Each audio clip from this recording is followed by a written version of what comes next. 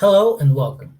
My name is Juan Quiaro and I'm going to do a presentation about teaching English abstract writing effectively from Clemova 2015. So, to start off, what is an abstract? Well, as described by the University of Melbourne, an abstract is a concise summary of a research paper or entire thesis. Now that we know this, we must know that the aim of this project is, as Klimova in 2015 said, to demonstrate how to teach formal writing, particularly the writing of abstracts in English, and to provide clear guidelines on how to write them. Writing an abstract. Writing a good abstract is an essential skill for students to learn because this gives them the ability to summarize and highlight the main idea of a text. Writing is a skill that requires metacognitive processes, and it uses the other three languages skills that are listening, reading, and speaking. And now, some recommendations in order to write a good abstract. The first one is to avoid using colloquial words and use a formal style of writing. This because an abstract is written in an academic paper, and you must always use a formal style of writing when writing in one.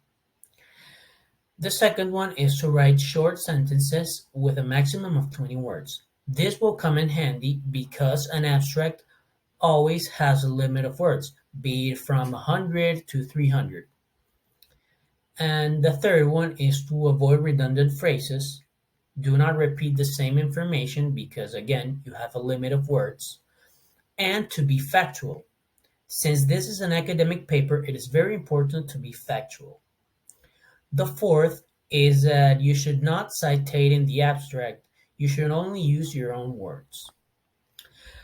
Another recommendation is that one of the best ways to help students be more attracted to writing is to let them write freely and express their creativity.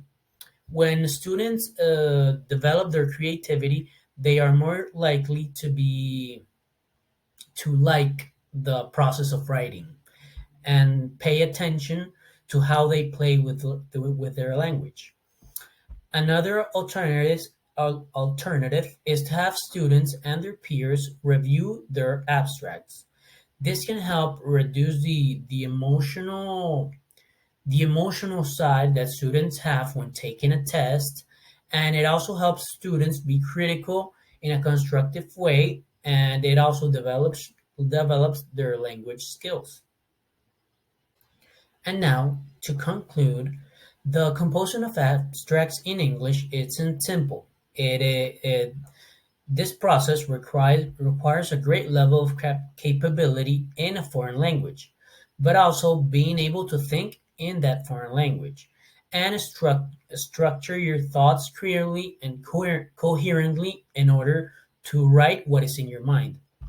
Foreign language instructors must take into thought and select procedures that would be best chronologically and viably lead learners through the total process of structuring and putting their thoughts into paper. Thank you very much. This has been my presentation, my oral report and presentation of this paper.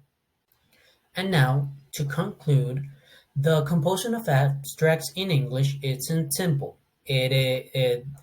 This process requires a great level of capability in a foreign language, but also being able to think in that foreign language and structure your thoughts clearly and coherently in order to write what is in your mind.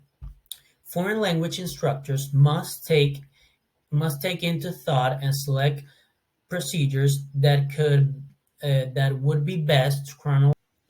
These are the references used in the project. These